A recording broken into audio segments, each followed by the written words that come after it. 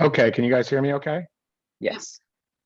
All right, welcome interwebs to the future, the 21st century. We're talking about sunshine and how to share sunshine with the world. So we're looking at solar lead generation strategies, a bunch of different techniques to how to spread this idea. After the last few years, I hate to use the V word, but we're looking for viral exponential growth, grassroots techniques that are used for, advertising, marketing, military, politics, and then to amplify them using technology, right? So some of them are old fashioned. Just to sort of start at the beginning, real simple, right? People buy things using emotion, not on logic. So I think a lot of the problem with sales folks in the first place is they think that features and benefits matter, right? And solar is like just a simple IQ test. Like solar sells itself. The mathematics of it is just undeniable, especially in certain markets. Other places are a little tighter. But unfortunately, humans aren't logical, rational creatures, or we wouldn't have had the last 4 or 5 years we've had in the Western world. So people buy on emotion and they justify it using logic, right? So I guess the two important things is one is how to get people in the seats, right? Whether that's door to door, cold calling, marketing, advertising, networking, events, referrals are obviously the gold standard.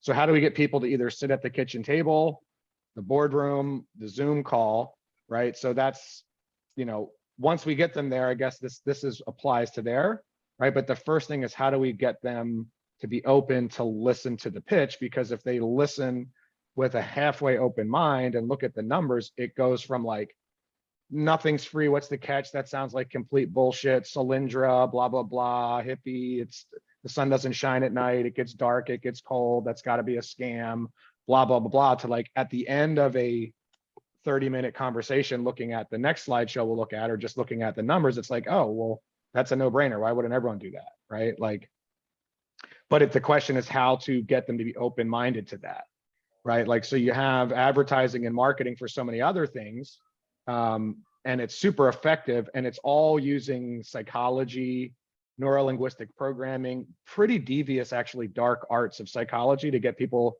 to buy crap they don't need with money they don't have on credit to impress people that don't matter, to get depreciating assets that are manufactured in a sweatshop with child slave labor. That's what most of consumerism is, unfortunately.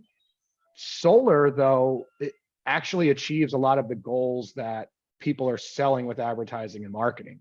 The beauty of it and the opportunity for us is that it doesn't fit on a 30-second Super Bowl commercial, right? Like you look at that commercial and you're riding down the car with the wind in your hair and you're smoking a cigarette and you got a pretty gal or guy on your arm and you're jacked up and you're, sitting on the beach, and like in reality, that car sits there 99% of the time. It's a depreciating rust bucket.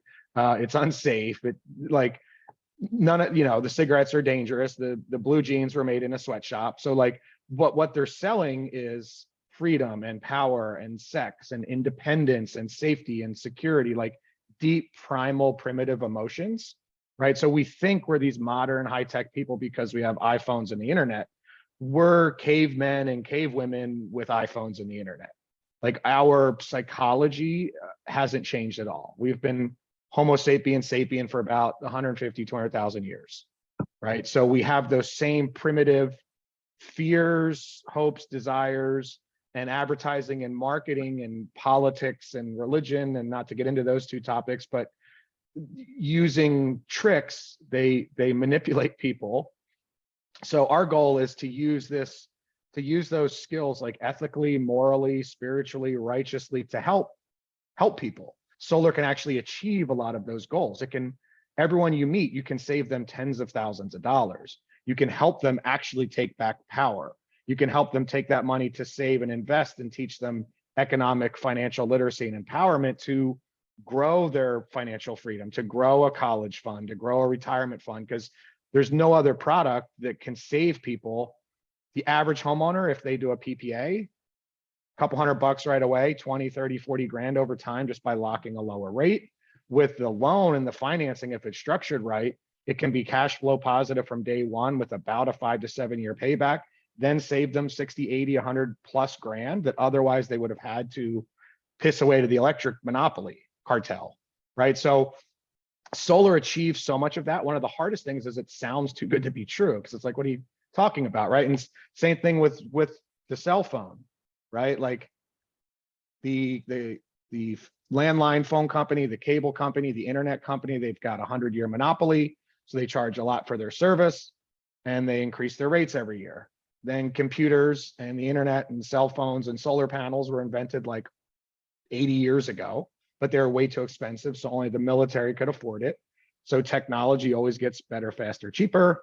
So the price for the equipment has gone down exponentially, right? Like right here, right? This is what's happened with solar. This is why we're having this conversation. And this is why people are interested now. The rate of people doing it is growing exponentially.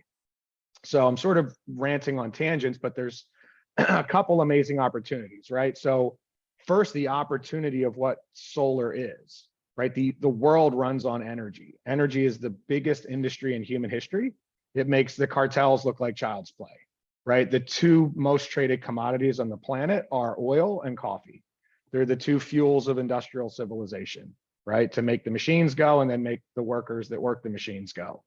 And that's why we're literally fighting wars for the last control of oil, right? And I'm a tree hugging hippie at heart, but fossil fuels enabled an amazing amount of stuff in the 20th century, right? The only side effect is they're finite, they're going to run out, they pollute, but I mean, forget save the planet will be fine. It's save the humans, right? We need to breathe air, drink water, grow food, and our entire economy runs on petrol, runs on oil, which is why we're fighting wars for it. And we've got a lot in PA and Texas and whatever. And I think nationalism is a very childish, dangerous concept, which we're quickly seeing escalate to fascism, just as it did in the 1930s, another period of technological and economic disruption, where people can fall prey to demagoguery and xenophobia and fascism. But the reason for that, like it enabled this huge transformation, right? From, the wheel and fire to agriculture. Like not a lot happened for several thousand years. And then this huge explosion of innovation and technology. It's amazing. It's great stuff, but it's going to run out and it pollutes. And it's also like finite and it's in places that are hostile. And we're financing some of the worst terrorists and dictators and autocratic regimes on the planet. Like fucking Russia would have zero power. They have an economy the size of Italy. The Saudis would have zero power, I'm sure. And before I say that, was saying that I think nationalism is a horrible concept. Like I could break bread and drink vodka with Russian people and smoke a hookah with the Saudi people, but the people in power, right? The royal families and the dictators, it's our oil addiction funding that. So the solution, stop buying oil, manufacture solar panels, electric vehicles at scale in the US and around the world, and then power our houses and cars for free off of the most abundant source of energy in the universe, which is the sun, which is where fossil fuels come from anyway. So anyway, I'm going off on tangents.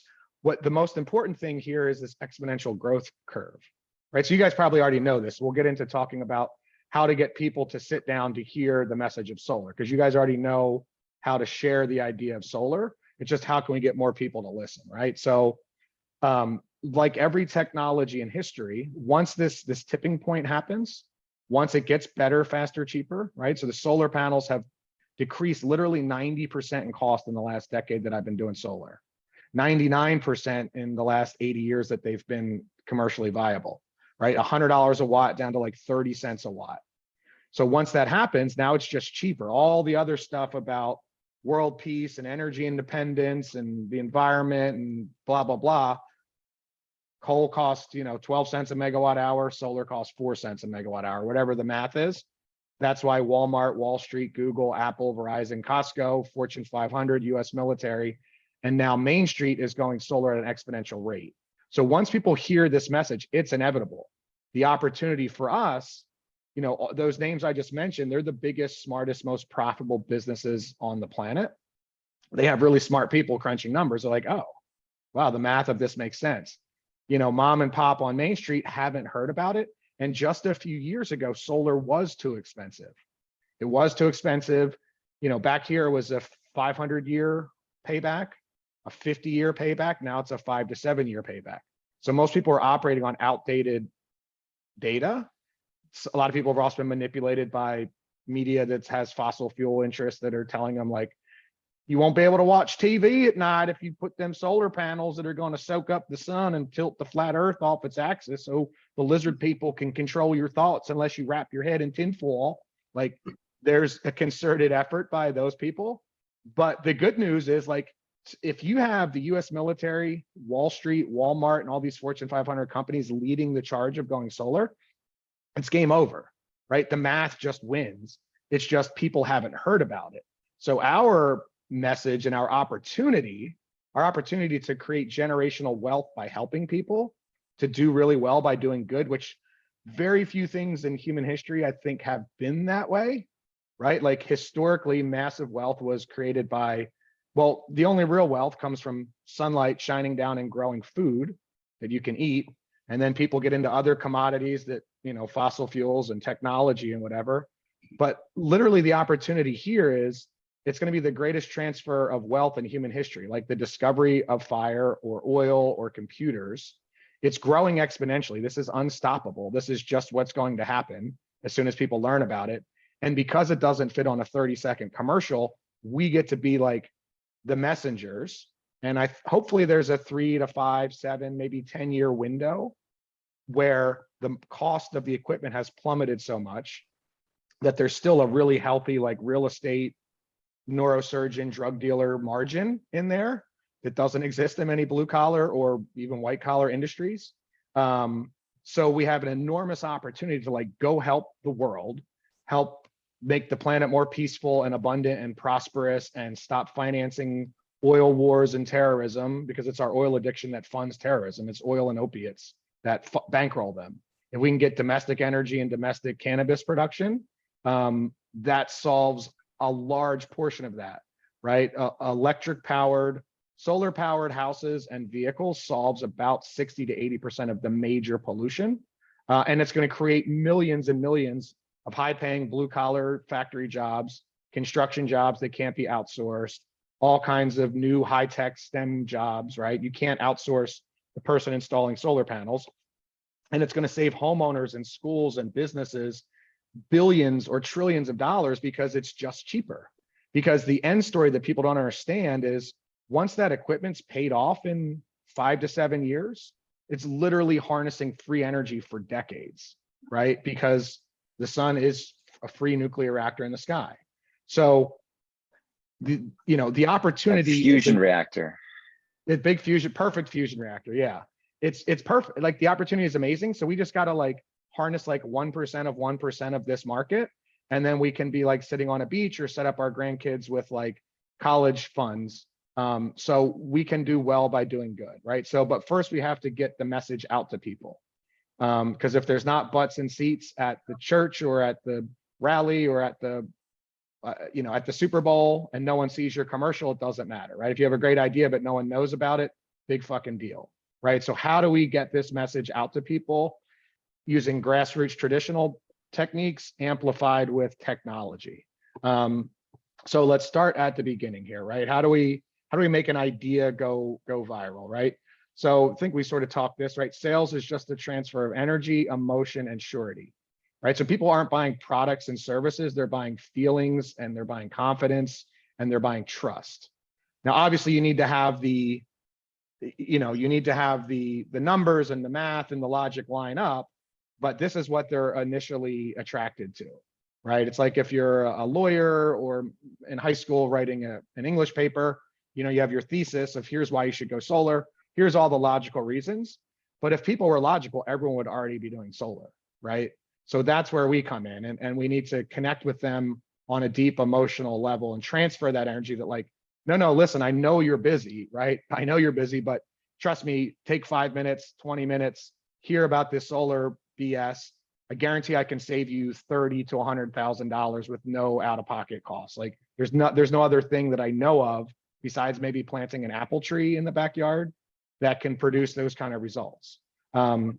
So anyway, Persuasion is an art and science that can be learned and replicated by copying the masters, AKA read books, listen to podcasts. Like everything I'm saying is like just shamelessly copying off of other people, right? Find people that are doing what you want to do 10 years in the future, ask them questions, copy exactly what they do, put your own spin on it, put your own personality. That's the beauty. I mean, we're all human snowflakes in a good way, that we're all unique, right? And so put your own spin on it, but these techniques are universal because they're based on psychology and the way that the human mind and the human emotions work. So that's why advertising and marketing is sadly so effective, because people follow authority figures, unfortunately.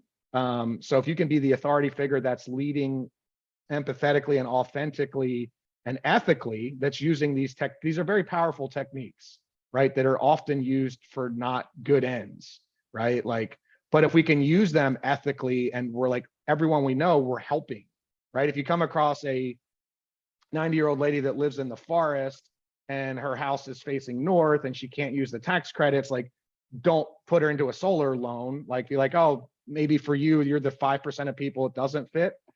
Let's call up your grandkids and get you paid for doing some referrals. It's like always do the right thing, right?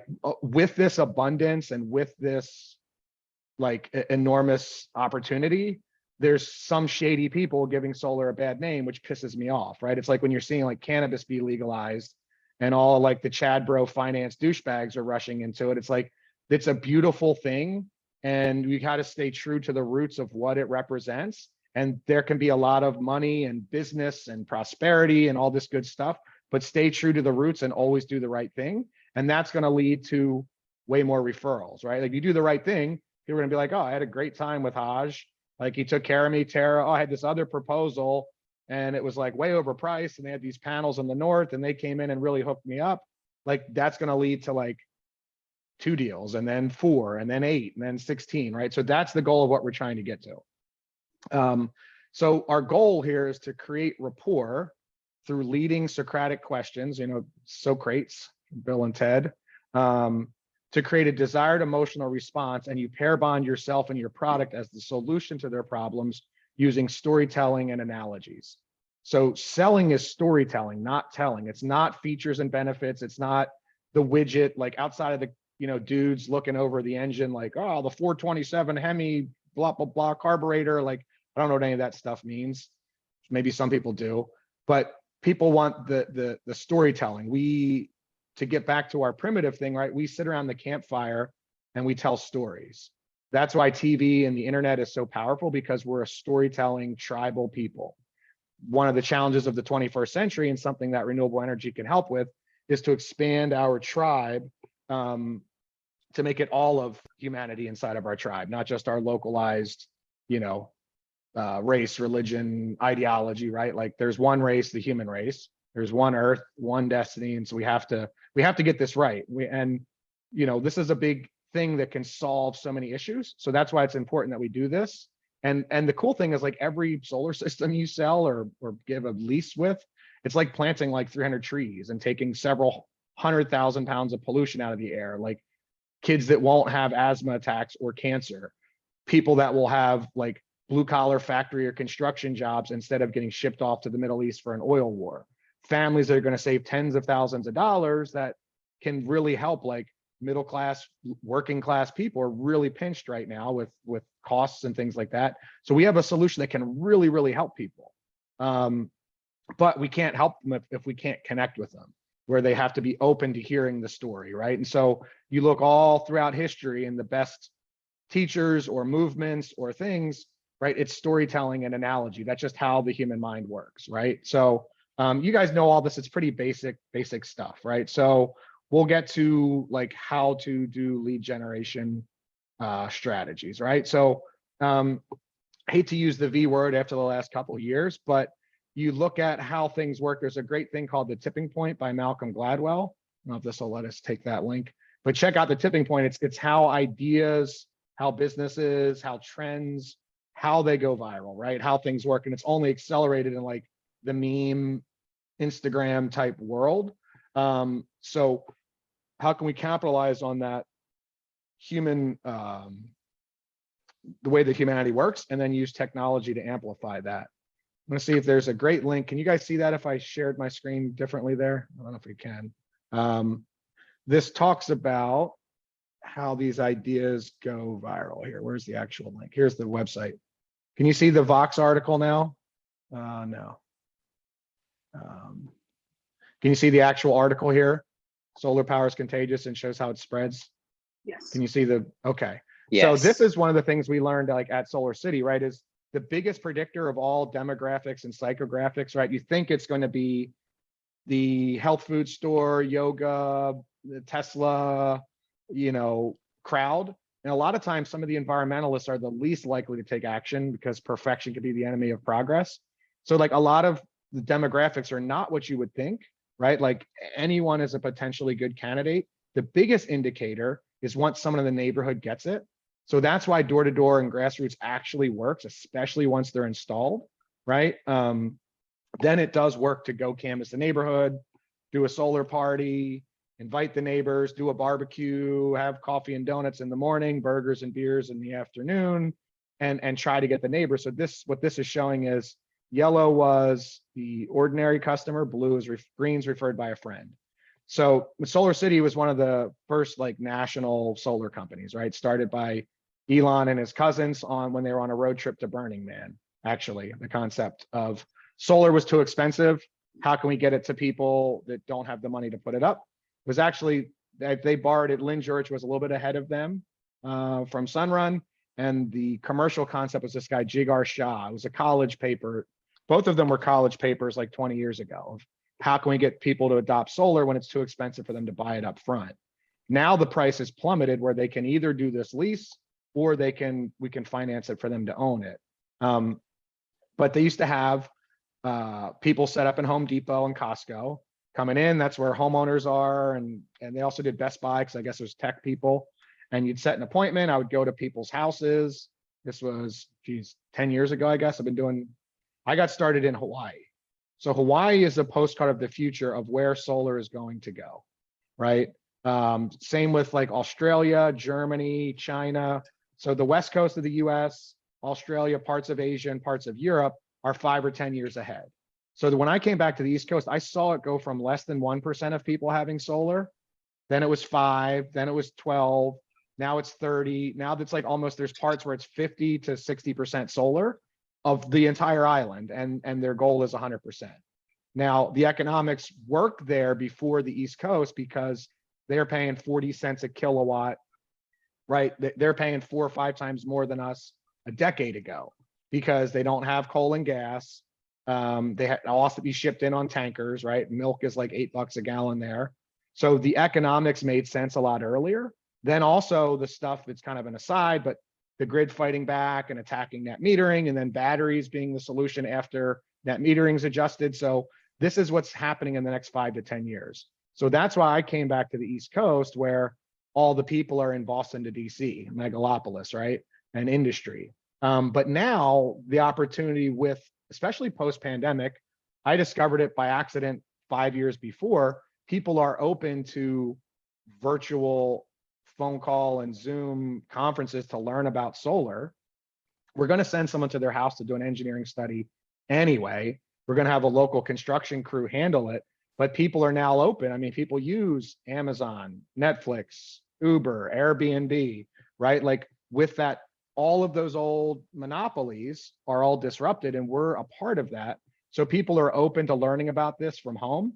So like with Powur and with the virtual opportunity of like freedom of time and freedom of location, right? Like when I get really jacked up, as you can see, you know, my coffee, I actually prefer yerba mate. My yerba mate is kicking in and I'm ranting, right? Like if it hits 8 o'clock here and I'm still like going, I'll meet with people, call people in Hawaii or California. If it's a nice sunny day and I don't feel like doing anything, which is very rare because I love being able to do this, I'll go sit at the pool. Hodge was earlier out by his pool. Like you know, business to business has been open to phone sales forever, right? The phone is this magical machine that you can dial for dollars. So it's it's amazing. This is happening. This is inevitable. This is just economics. It's just math. The question is, how can we get 1% of 1% of this? How can we get a piece of this? And how can we get people to listen to the message of this? Another great article is the Hawaii is a postcard from solar future, similar in Germany, right?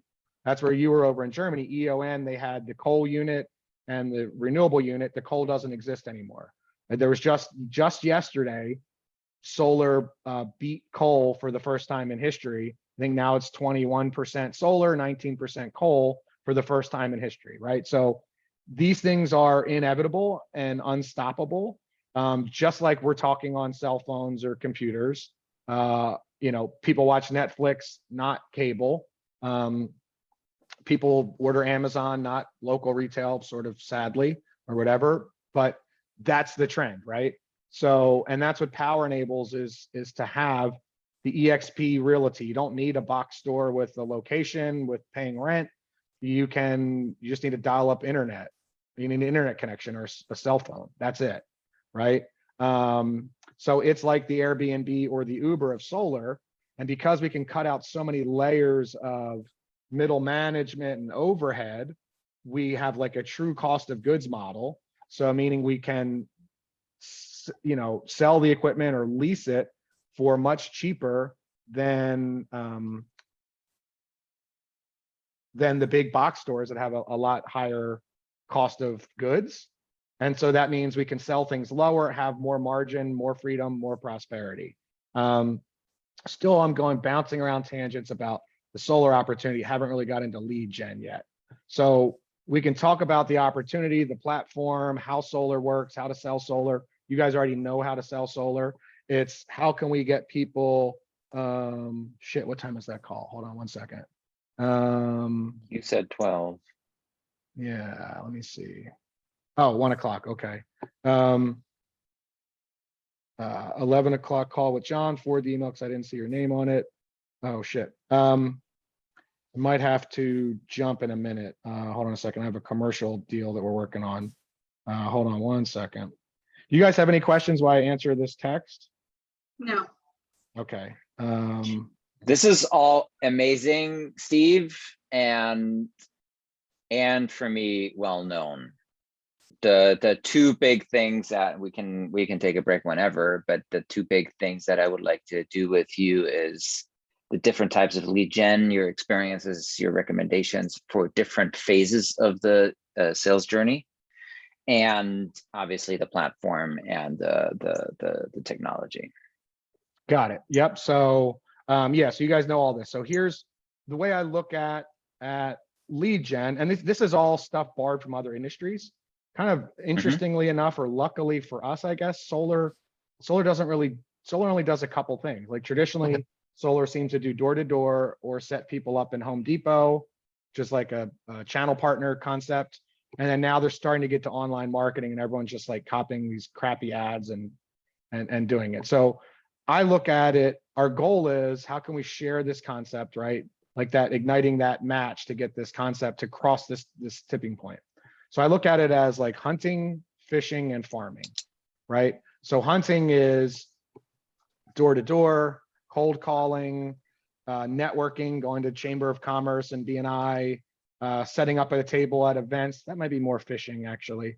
But just out there talking everywhere you go. I've gotten probably 10 or 15 Uber drivers because they're like forced to listen to your pitch. You know, bartenders, they have to listen to your sad tale of woe, or the barber. But just everywhere you go, you're out hunting in the cold area. And I love that thrill of the hunt. Then fishing would probably be the next one. Fishing, I think, would be put some lures out on hooks, cast some nets. So I'd pay me like online advertising, traditional advertising. I do channel partnerships with like a local coffee shop or yoga or what's that like? What's a channel partnership? Because that's really interesting.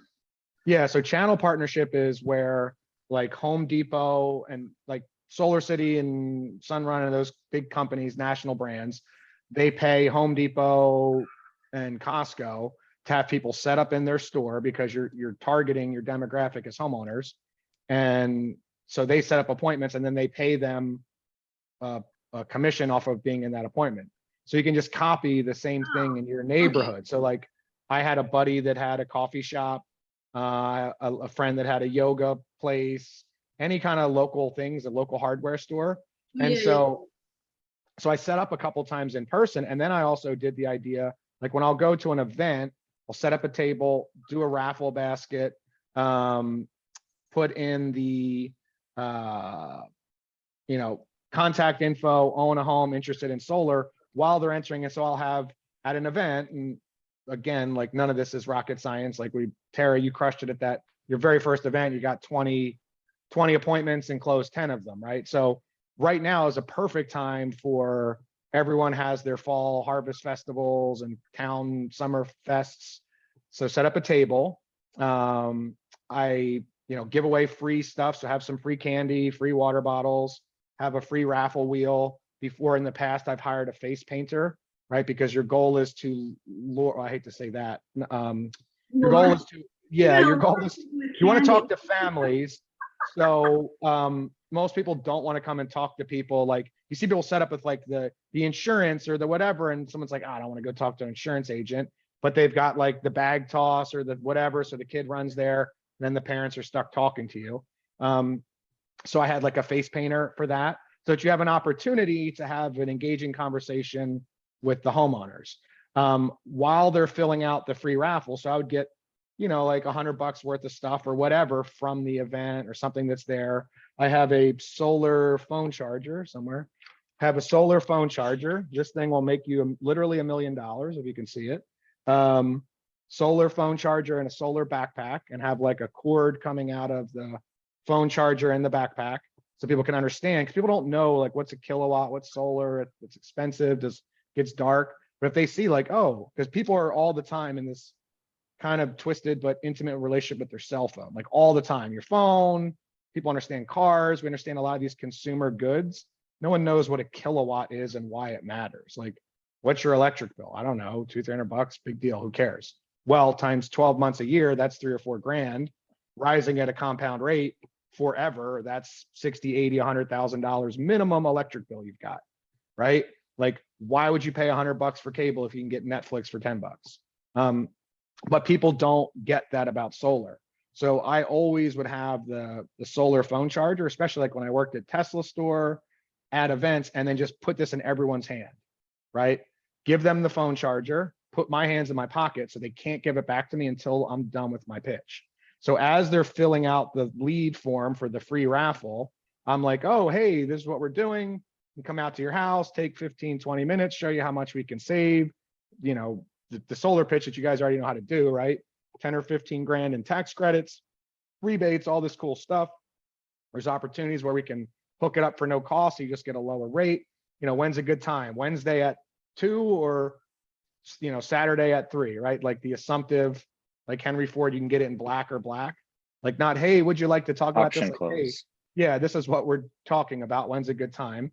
But then now you just had a whole bunch of people enter their lead and it says, I own a home, yes or no, I'm interested in solar, yes or no. And hopefully from this thing, you've set 5, 10, 15 appointments that you can do virtually or go to their house if you had a good rapport with them and prefer that or whatever.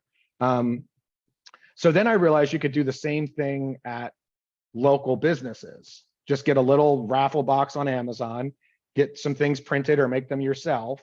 And then I would talk with the business owner and say, hey, we have this great referral program. Anyone that signs up will give you like $500 to $1,000. Would it be cool with you if I put this little tiny raffle thing there?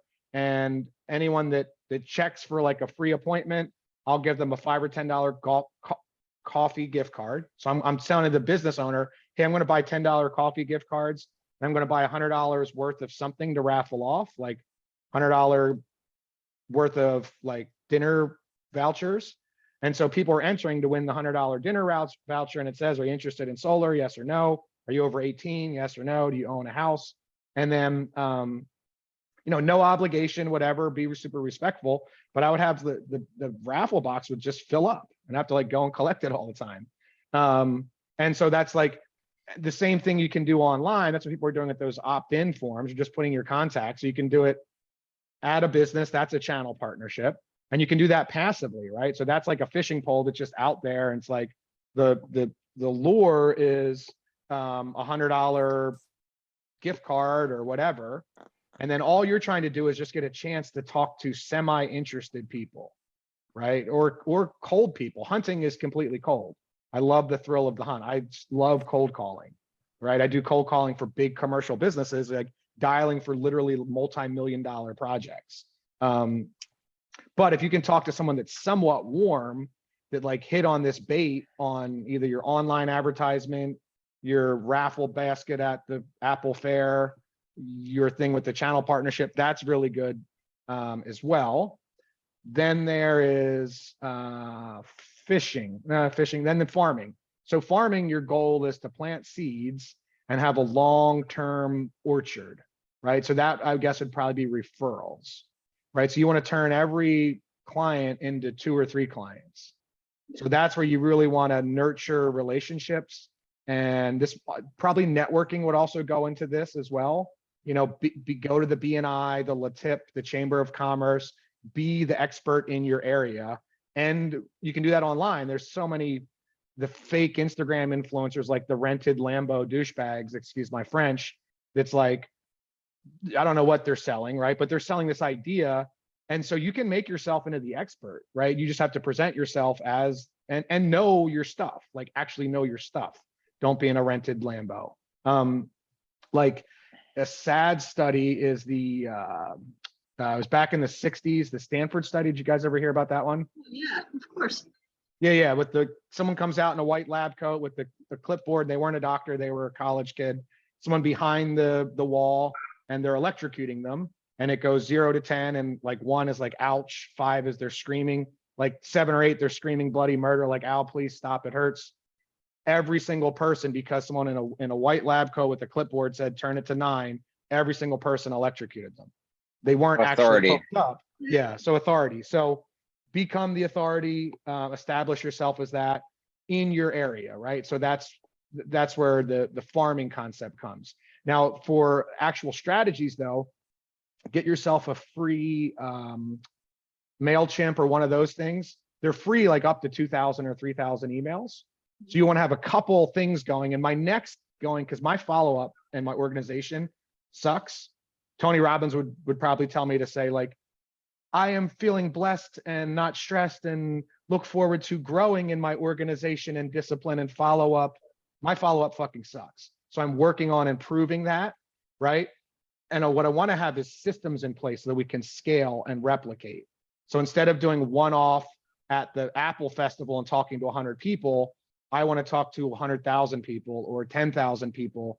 So get yourself a mailing list, right? And so either people that had showed interest but never went through, that's going to be one list that you can drip on, right? And you can set automated follow-ups, you know, give, ask, have little offers and like all that online type stuff.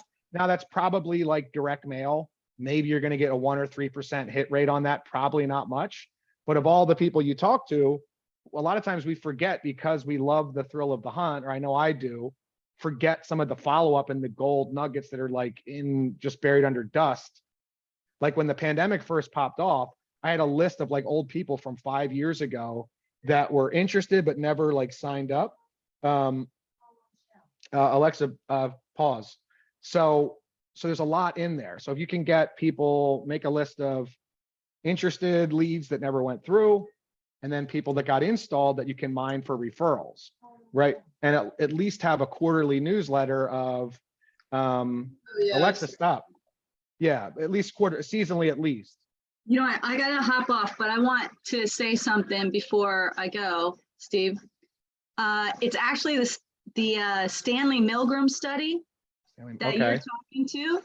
The Stanford prison study is the one where they got a bunch of college kids and they had some prisoners and not prisoners. And the students who became the not prisoners, like the police, beat the crap out of the ones that were not, because they had like an inflated authority experience. But the Stanley Milgram study was like from, I don't know, like I want to say like the 60s. and it was a scientist, and they were trying to figure out how far somebody would go to inflict pain on another person by electrocuting them, because I use those in my class all the time. Nice. Oh, so you teach psychology. No, I teach philosophy.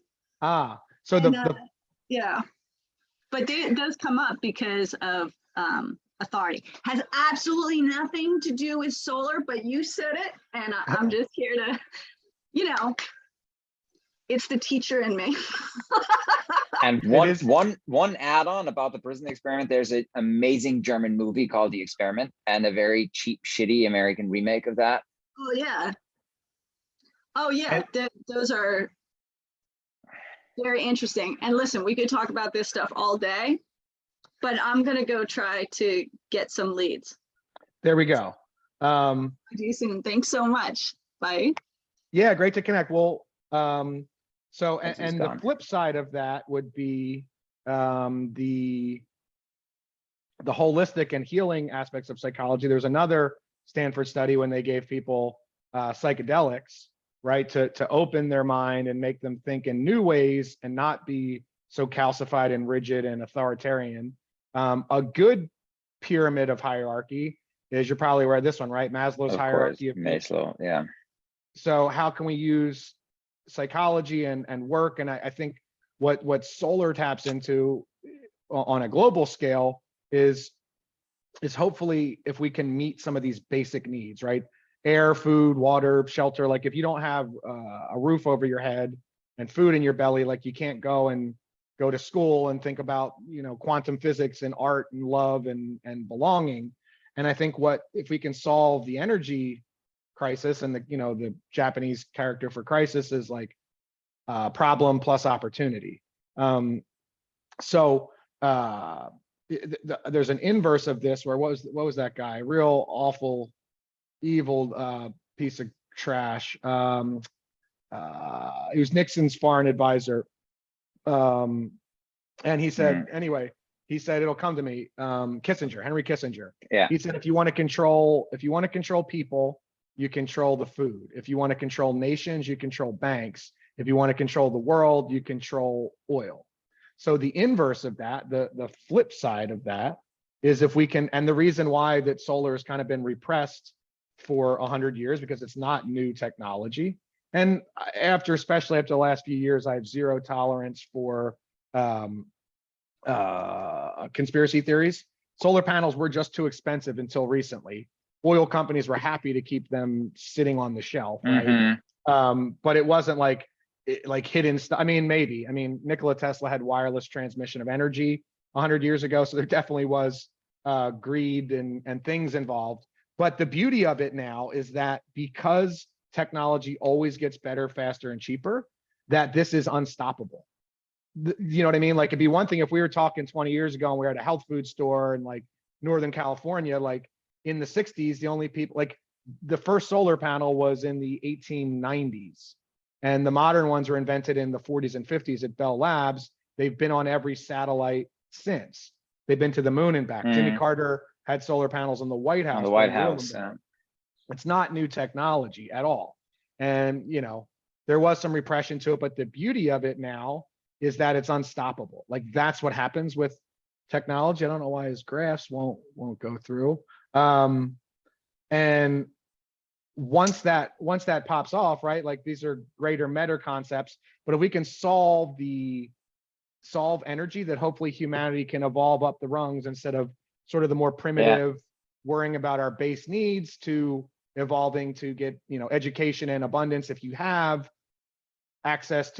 food, shelter, education, knowledge, you've got some money in your pocket, or hopefully in the future, money won't even be needed, like Star Trek economics. We can transcend that.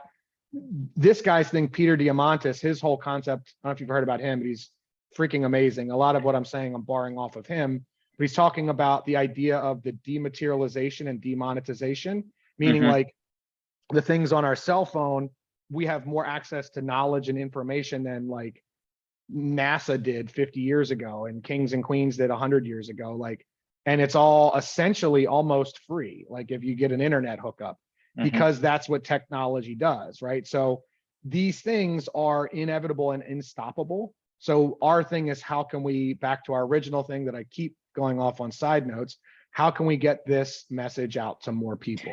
Right, but may I interrupt for a second? What is I get all that, and I think the scaling through fishing and farming is super important to grow from 2 to 20, or from 3 to 30, or from 10 to 100. What I'm curious about, in your experience, how do people most successfully get started? How do you get from 0 to 1? Is that still door knocking? Is that cold calling? What do you do if you have, all the knowledge and experience, and we can have, the meta conversations all day long, but no track record, no referrals? So yeah, so I think door knocking and cold calling are essentially the same thing. So yeah, I would go knock doors for a couple hours and or cold call. I could never bring myself. I'd knocked doors a couple times and I got some success and some installs.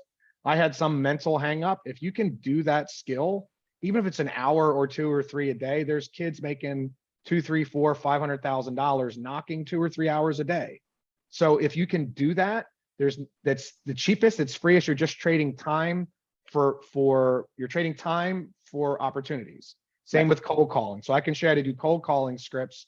There's a great guy, this guy Panda something online, Panda Solar has a decent training of how to do that, of literally just do a split screen, and you're going to have Google Maps, and you're going to have true people search or free people search. And a lot of the ones like Neo and the different platforms had a lot of that data.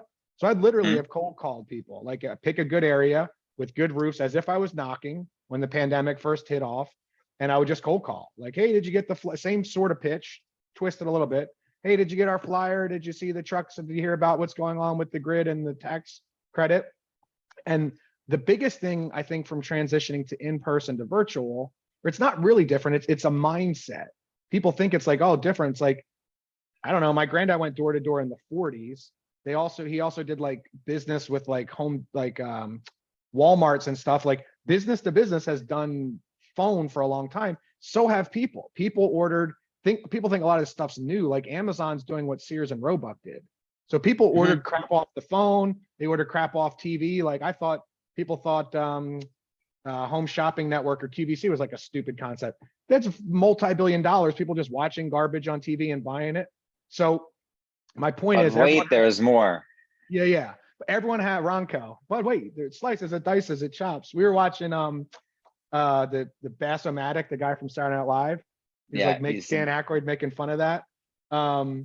So one is always be pitching everywhere. I'm like an old school pitch guy like that. Like, but wait, there's more. It slices, it dices, like popcorn, peanuts, cold beer. Like I am telling everyone I go, everywhere I go, all the time, omni channels on social media, organically in person, to the Uber driver, the barbershop, the bartender, the person next to me on the train. Like I just naturally do that. And then the way to flip it and not just be like, you got to get the pitch out, but then to be authentically interested and ask them questions. Like, even if it wasn't a business, I would be on the street corner talking about solar, and I'd be talking to strangers on the train of like, oh, hey, Hodge, what brings you? I hear an accent. Where's your, like, I'm interested. Oh, tell me about that. And like, not just like, oh, I see your hat. Like, you like football. I like football. What's your football team? What they're doing there, right? That's the tribal dance, right? Dogs right away will come and smell your pheromones. That's why they're sniffing your balls. They're smelling your pheromones. Are we going to fight or fuck? Like, can I trust you? Or am I going to bite you in the jugular to defend my castle? The dogs are just instant. Humans dance around. Where'd you go to school? What sports do you like? What's your political tribe? What's your religious tribe? That's what people are dancing around.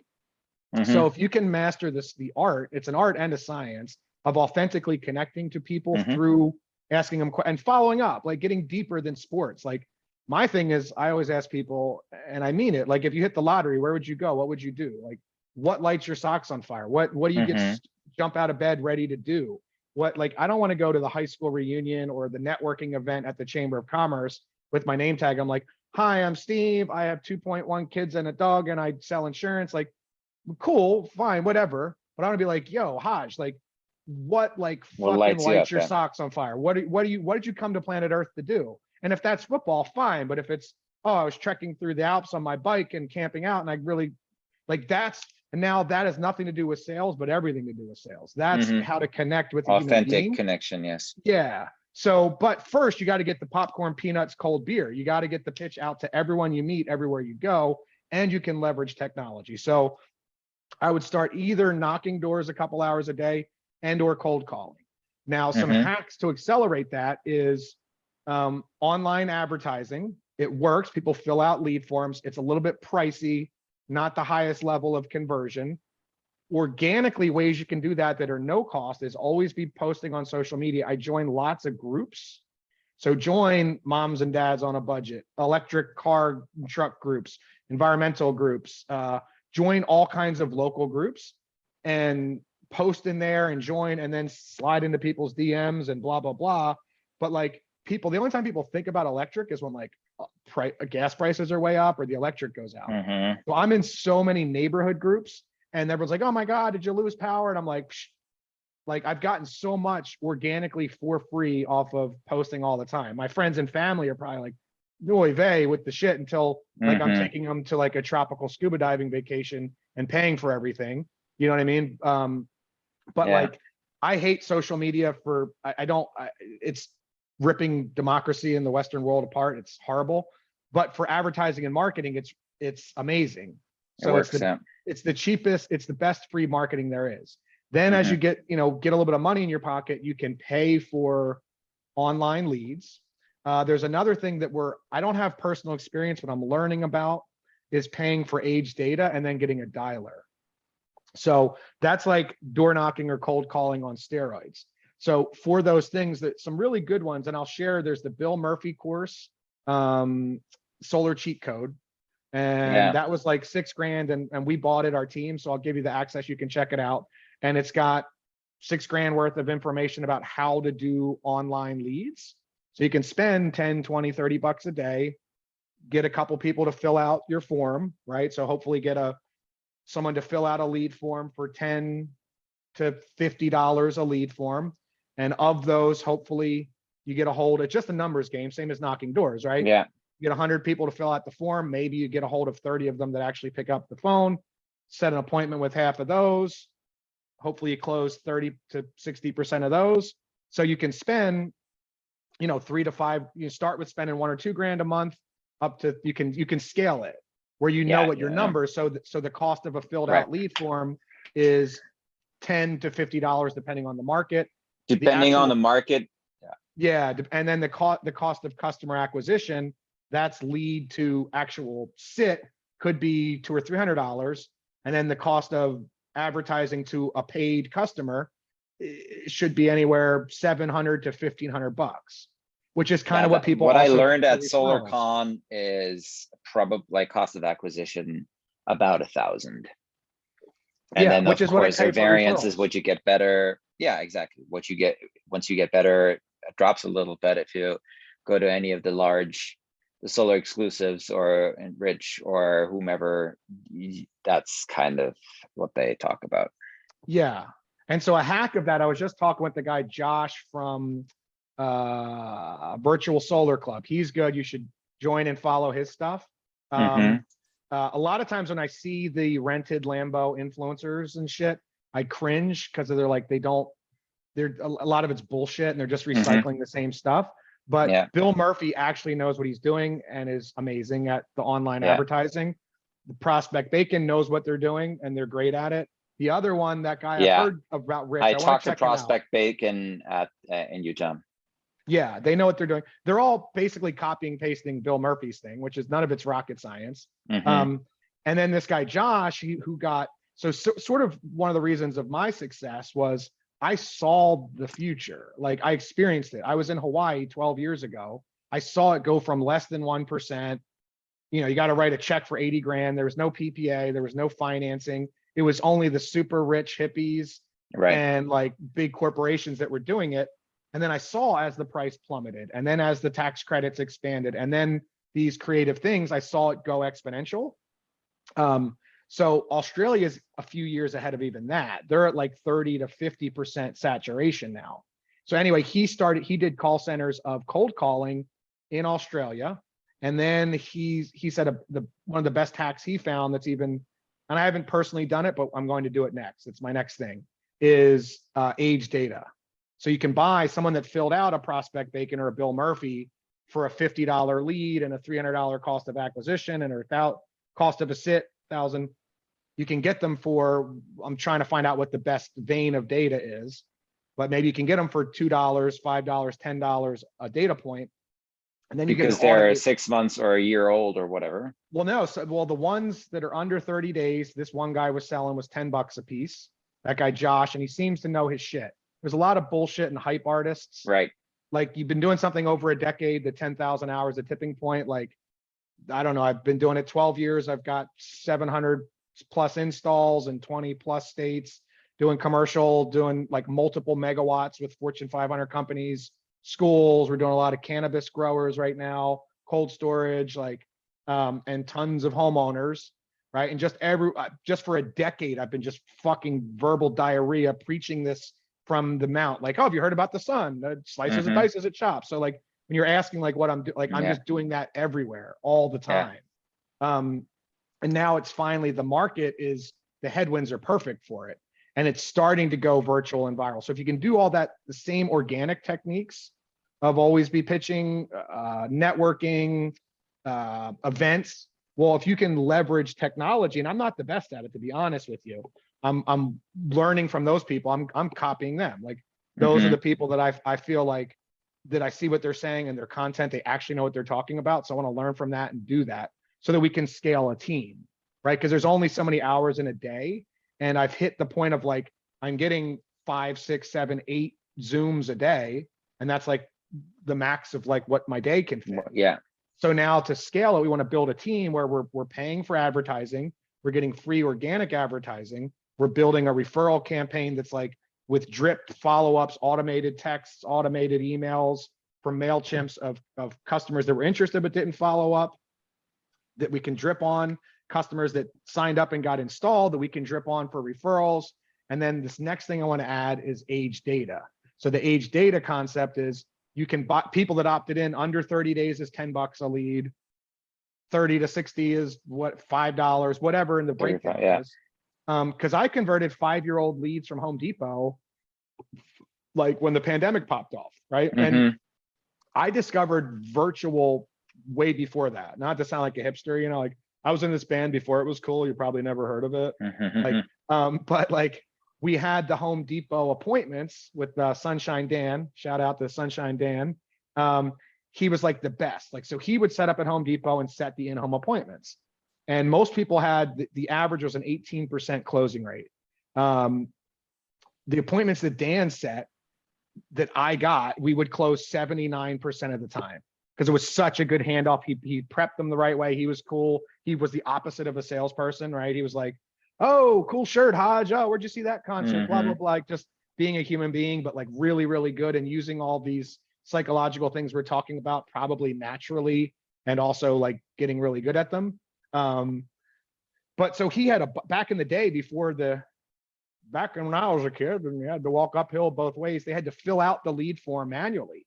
So he mailed me 2 boxes of leads, like literally filled out. And some of them were like moldy and musty. I even like wore gloves because the pandemic was first going on. I was like, but I was like calling people and just assuming the sale. So the phone skills are a little bit different. There's some really good stuff by Grant Cardone and the Wolf of Wall Street. They're a little greasy.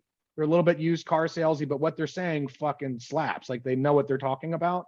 Like, if we were on a sales call right now, I would not be ranting like this. I would be enthusiastic and transferring energy, but it'd be all about you. I'd be asking you questions. We'd be casual. I'd be laid back. I'd assume authority, but also be laid back and using humor and weaving stories in, and then ask questions that hit emotional triggers, and then dial it back down and talk about vacation and relaxation stuff, like all all the questions designed to hit specific emotional triggers. Like I'm not just bullshitting and asking about like your summer vacation. Like I like it, and again, none of it's rocket science. We probably mostly do this naturally until we get into a sales situation. Like if you're hanging out with your barber or your buddies, whatever, you're just like, this is how people communicate. All of a sudden we get in this sales thing. It's like, hello, Haj, I'm calling about your extended car warranty. Like beep, beep, beep, beep. People are like, fuck God, you, yeah, like slam down. But I've called people cold call all the time. And I'm just like, oh, hey, Haj, what's going on? How's it going? Oh, great. Oh, what'd you do over the weekend? Oh, you got any fun plans? Oh, how's it with you? Oh, just another sunny day in paradise.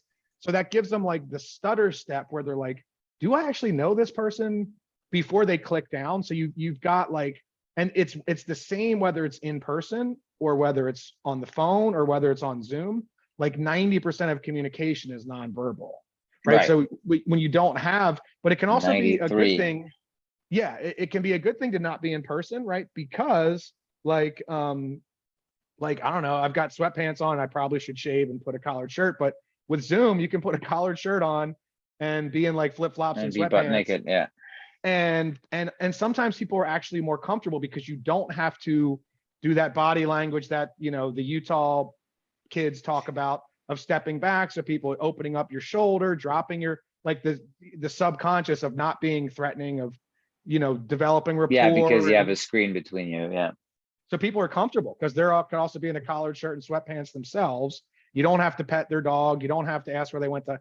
But the revelation that I discovered on accident is you can develop the same rapport virtually or over the phone. I have people in 20-something states I've never met, but I know all about their grandkids, their summer vacation, their dog Fido with the 3-legged dog that they just got back from the vet, and like all of that. Because like when I'm talking with them, when I would do in-home appointments, my things would last like 3 hours. I would never open my computer until they started asking. It would all be about like that Kaiser Sose movie. Remember that? The Usual Suspects, Harvey Keitel. Yeah. Classic movie. So he's in like the police station, and he makes this whole entire story based off of shit he saw on the police station walls. Exactly. So including the coffee mug and everything. Yes. When you go to someone's house, they give you everything you need to know about them. Everything. All the on the bumper sticker mantle on their car. yes. Yeah. The type of cars, what's on the mantle. So to go, my point is to get way deeper, and you already know this, so I'm beating a dead horse, but to get deeper than what sports and weather, fuck sports and weather, right? Like I want to know like so go deeper, ask 2 and 3 questions, right? And then find ways to weave that into, eventually we're going to talk business, but some of that old fashioned stuff, right? Like old fashioned, like break bread, like in many cultures and traditions, it's like, before we talk business, we're going to be human. And the surprising thing is you can do that virtually, right? So like we would have these in-home appointments, and one day I was like, wasn't feeling well. Like I could barely talk, if you can believe it. Like it hurt to talk. Maybe you can, because I never shut up. And I had to reschedule appointments, and I called this was 7 years ago in Lancaster, Pennsylvania, in the middle of the winter. So not a coastal elite environmentalist place in the summertime that you think is like solar. Like I got to be in San Diego or somewhere sunny, right? And I had these preset appointments, and I had to reschedule them. I was like, oh, Haj, I'm sorry, I can't make it.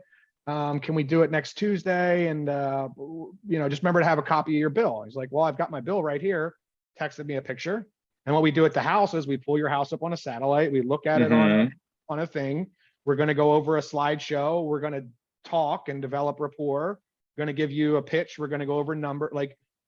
Like I plug that in. 10 minutes later, you get back a design. This was even before Zoom. I didn't Zoom or anything. We did all of the whole solar pitch over the phone. I signed up 3 people fucking sitting on my couch with 100-degree fever, and it hurt to talk. So I had to pick my words. So I couldn't go into all my stories. I had to like hit what resonated. Totally condense it down. Yeah. Condense it. And the same thing happened when we had to go to the Tesla stores. I had to take it from a 3-hour pitch to a 30-minute pitch. And there's a reason that pop songs are 3:33, right? 3 minutes, 33 seconds. You have 0.3 seconds or 3 seconds to disrupt their pattern, right? And that's what Sunshine Dan was so good at when people are walking in the Home Depot trying to get paint and a hammer, and like, no one wants to be sold, but we love to buy. Like our national religion is consumerism, right? I remember like it was around the holidays, everyone's like, I can't sell solar or make deals. It's the holiday season. I'm like, are you kidding me? There's a national orgy of fucking consumerism right now. We should be sitting with our families and lighting candles and being grateful and thankful. But what we do after Thanksgiving is wake up at 3 a.m. to go buy shit we don't need. Like the whole thing right now is, so people, most of it's mindset.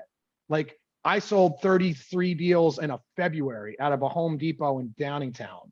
Like cold, shitty weather of like people that aren't California. They're not like just normal suburban people, because who doesn't like to save money?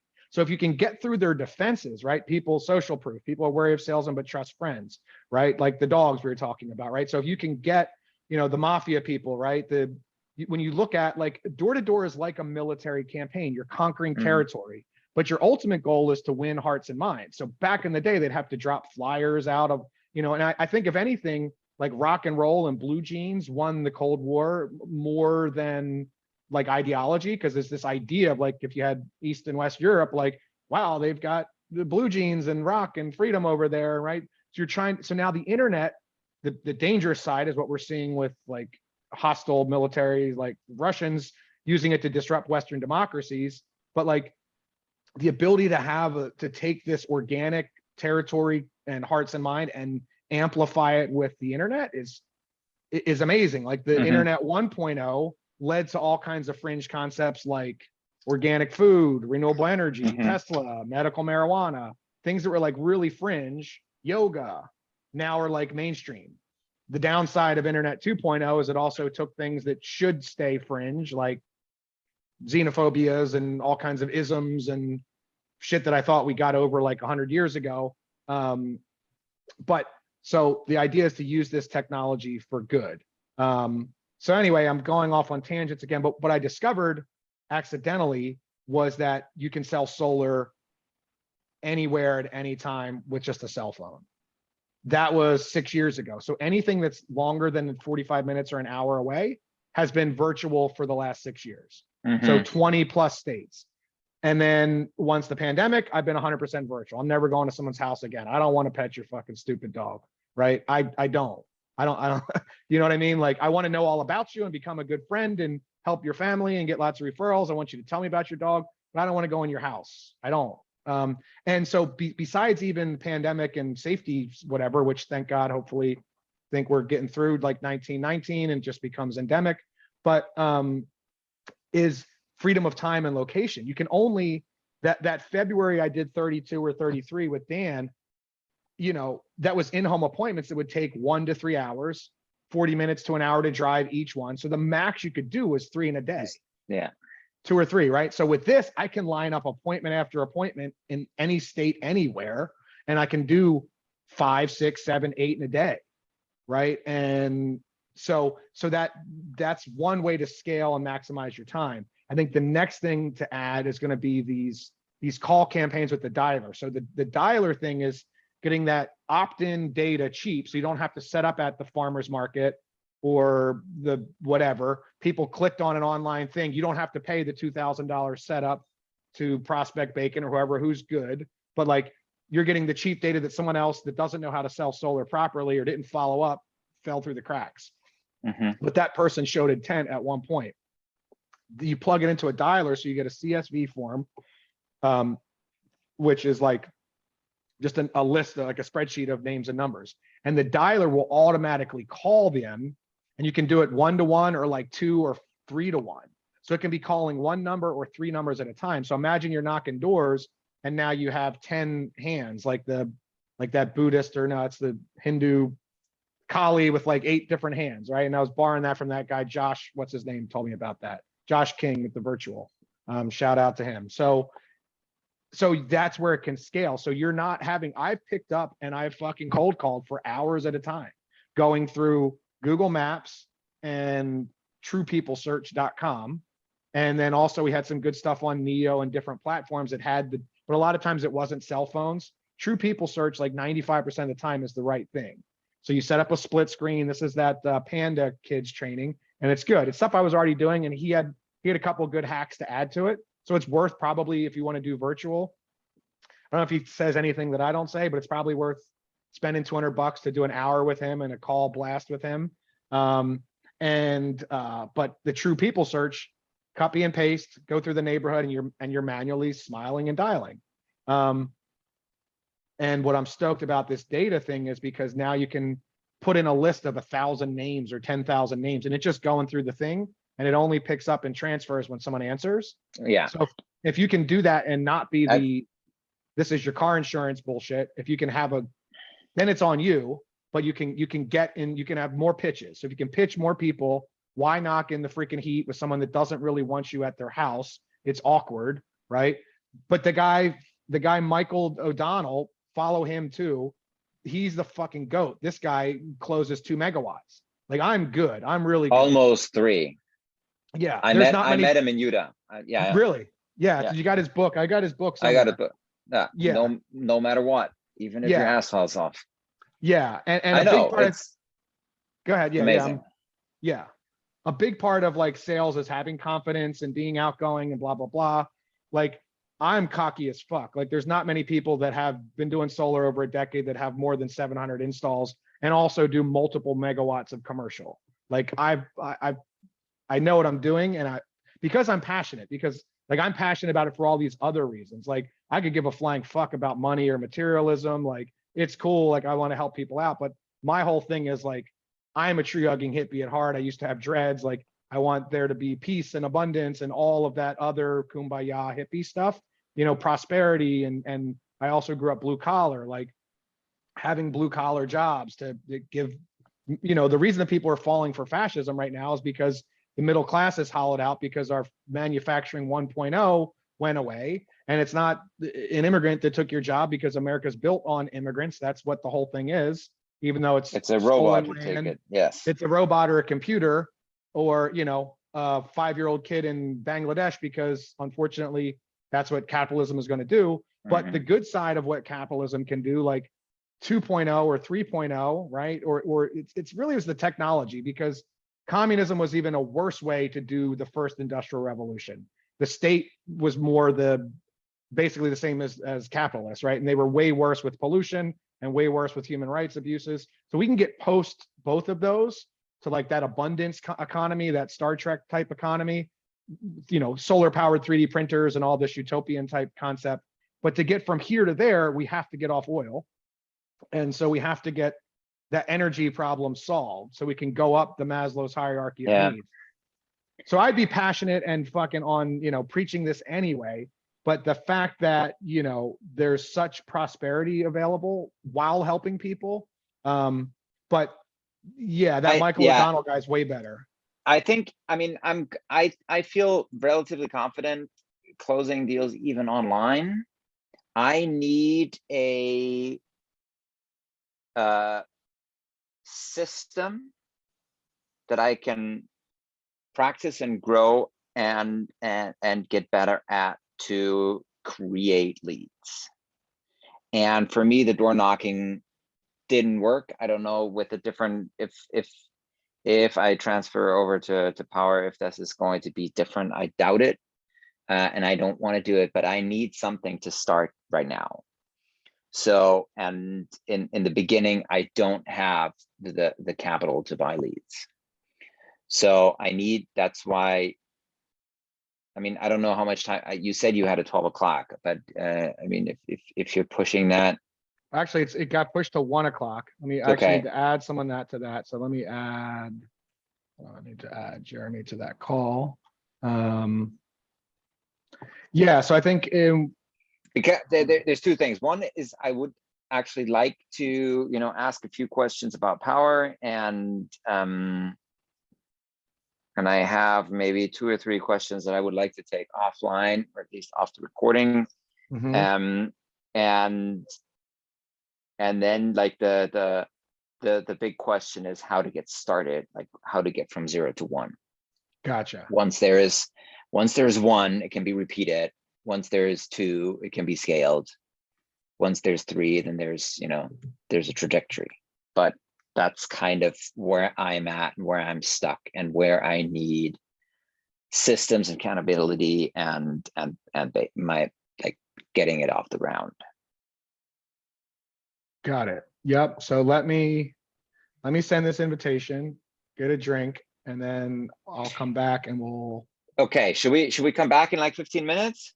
well, no, not 15, just like 2 minutes. I just want to just go to Okay. the bathroom real quick, send out this Perfect. link, and I'll, as I'm going, I'll do the, have you seen the Malcolm Gladwell before? That's a good one to show people while we're waiting. How do I update on my Zoom? So I have an automatic Zoom calendar so people can book. I need to add someone to this call. How do I edit? I don't know, but I need to hop off for 2 minutes and get on this Okay. call. Okay, we'll pause this and then we'll come back. Perfect.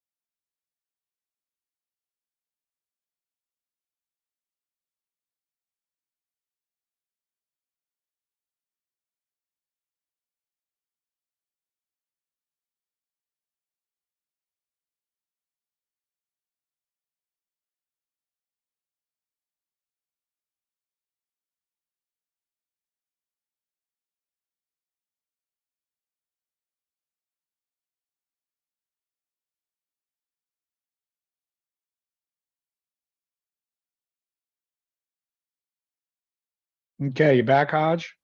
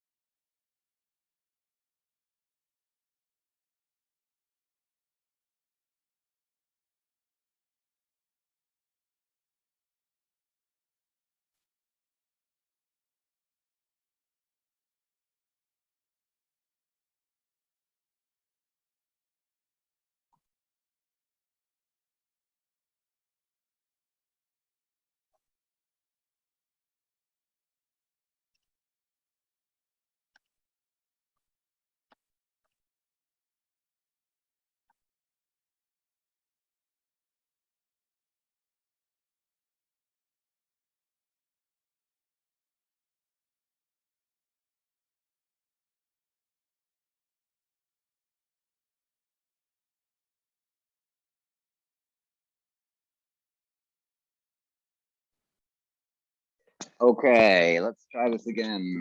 Sorry. Okay. Da-da-da-da. Oh, no worries. Can you hear me? Okay. Yep. Okay. So we're back. All right. So, okay, cool. So we've got the solar stuff.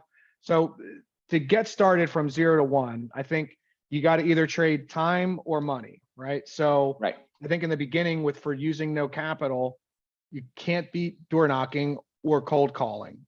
But then Right. you also need to add in, as much as, we were talking about, I hate social media or whatever. It's a great free marketing. So you should get a Yeah. presence on there, join lots of groups.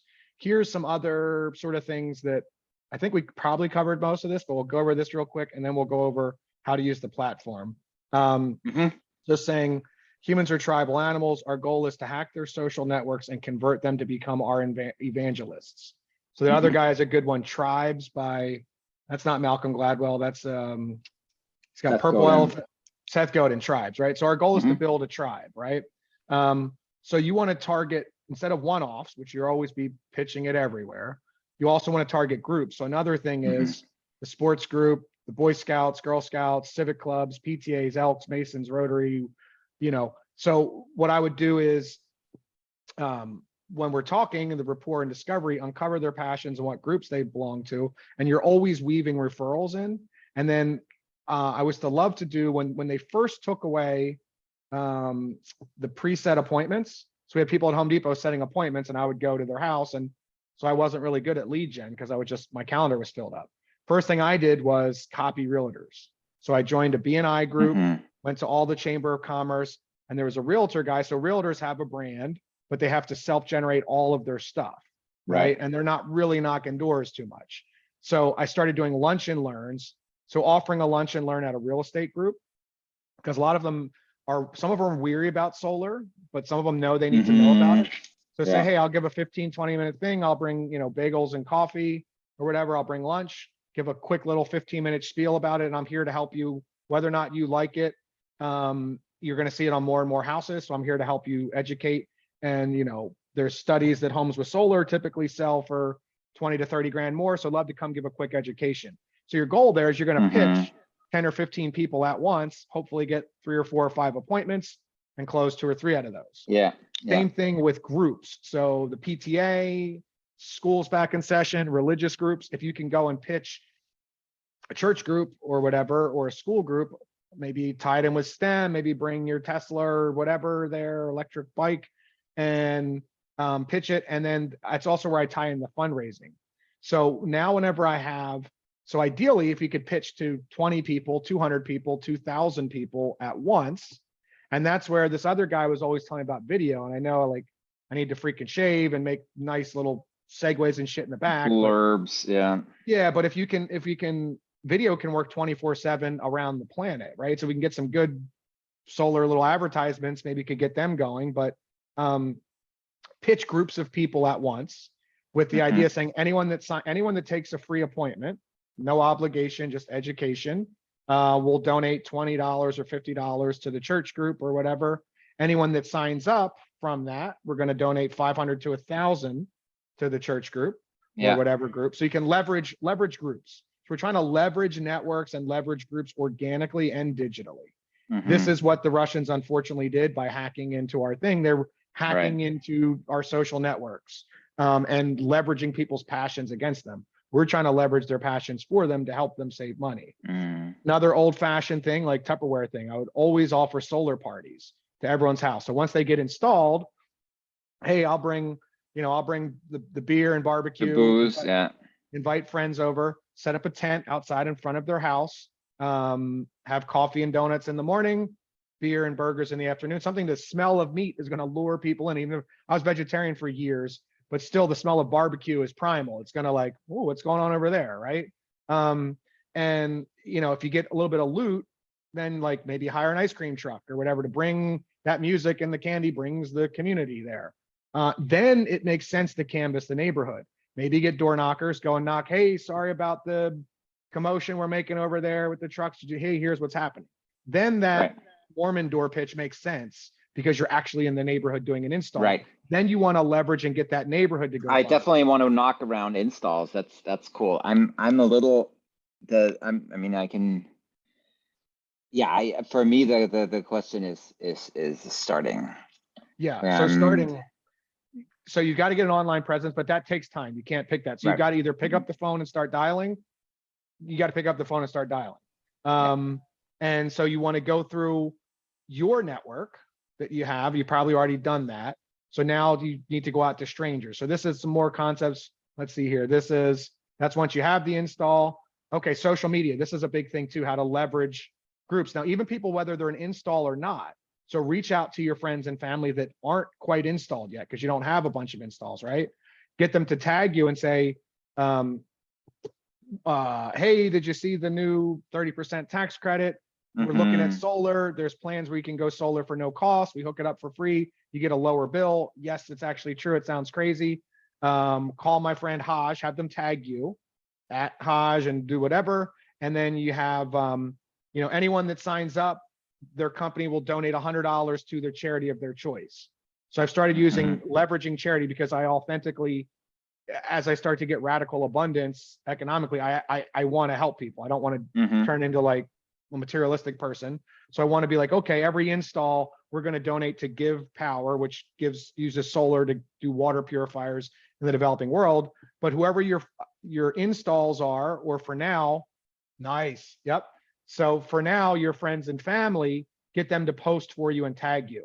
And you can get leads that way, organic, but you can't predict that. That's like referrals. You want to plant, that's that orchard. You want to plant it and nurture it, but it takes time. So you need to go out in the hunt. So you're here's the sharing newsletter. a different screen from what you're reading. I see here.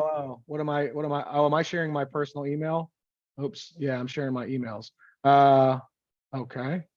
Oh, I'm sharing, yeah, that one. Okay, so I need to unshare. That guy is ready. He's almost ready to get an installation. So that's great. So share screen, share keynote. There we go. Okay, then we're gonna get into the actual nitty gritty because I got to get ready for a call here soon too. Yeah.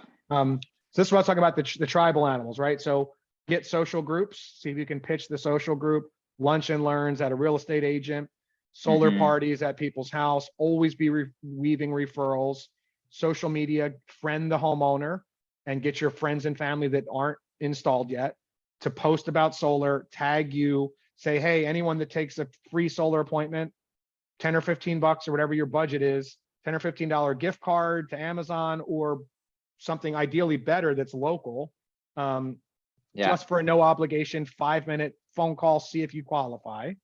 If they sign up, $250 or $500 or whatever you're willing to give, if you're making abundance, we'll talk about the actual numbers later, maybe offline, or I guess this is like a training one for workers. We don't, people don't necessarily need to know the level of abundance, but you can afford to give someone offer $200, $500 if and when they sign up, and then maybe have $100 or $200 that someone's going to donate to charity. I feel like sometimes if you wave around too much money, people are skeptical of that. Then the reverse is the reverse psychology that the Mormon door knocker kids are like, I don't know if you qualify. Only 30% of homes qualify. There's many things that can go wrong in the process, and the takeaways exactly. And so there's a give and take. But I'm a pitch man. I'm not, I'm not Mormon. No judgment on anyone's things, but like I'm pitching. But the reason that they were so successful is solar is not. It's not selling a widget. It's not a product or service. I mean, it is. It's you're evangelizing a concept and you're sharing the light with people. So we're getting people to join our tribe and think and be open to this. And then of course it is a widget and it's a sales thing and there's numbers. But once they see the numbers, they're like, holy shit, I'm going to get a $15,000 tax credit. Or I can get this installed and save right away. People just don't know about that part. But this is how you can get to them. And these are all organic and free. So set up a tent, canvass the neighborhoods when there is an install, offer them all to have a solar party. Out of 700 people, maybe 10 ever took me up on it. But you have people that are IRL, in real life influencers, right? Like, and this is what, when the military would go, I was watching The Old Man about, when the military would come to an area, they would sit down with the warlords, the tribal leaders, the mafia, sit down with the leaders of the neighborhood.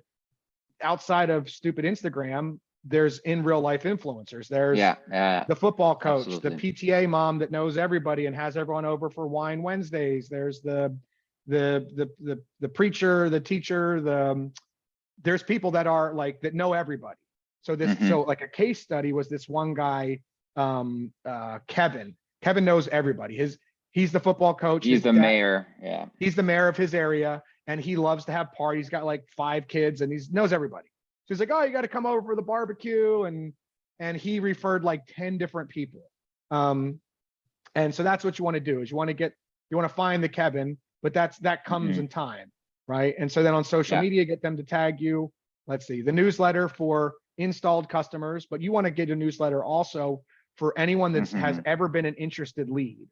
So you want to put them on your free MailChimp and do a drip follow-up. It's not too salesy, but little tidbits of stuff of, oh, it's July 4th. Maybe a link, maybe, Energy independence. Let's celebrate $500 gift card for anyone that signs up for solar energy independence. Holiday season. Now, next up is fall, harvest your whatever, at least seasonally, if not monthly. And then so you want to follow people's normal week, right? Like how can you connect? How can you integrate and hack into their social life, right? Monday to Friday, most people are going to work 9 to 5. Thank God we aren't, because of the freedom of this. After work, maybe they're going to the gym, happy hour, kids sports. Friday night religion is pizza and movie. Saturday is the Home Depot, the honey-do list, the Aaron garden, barbecue, sports, social celebration, concerts. Sunday, church, football, family dinner, right? So how can we integrate to that? Can we set up a raffle thing at the local gym? Can we give a talk to the kids sports team? Can we do a little advertisement at the local PTA baseball field? I went to one guy, and I need to follow up on this because I haven't thought about some of this in a while because I've been so busy with incoming shit. But the pizza guy, so go to the local pizza delivery, get some stickers made and say, hey, we have this great referral program. We'll give you $500, $1,000 for anyone that is a referral from our thing. Would you mind if I put some stickers on your pizza boxes with the QR code or my number? Most people, they'll be like, sure, I don't give a shit. I mean, you might have to go and physically put the stickers or drop it, or maybe they're so busy you can just put it at their thing, right? Solar City and Sunrun have people at Home Depot, right? And so this is the fun events thing. Like right now, what I would do if I was you, and I'll do it anyway if I'm me, is look at the events. Set up some table. A good event can set you up for the whole quarter. Like if you go to you want maybe busier than a farmer's market, although you could be the weekly presence at the farmer's market.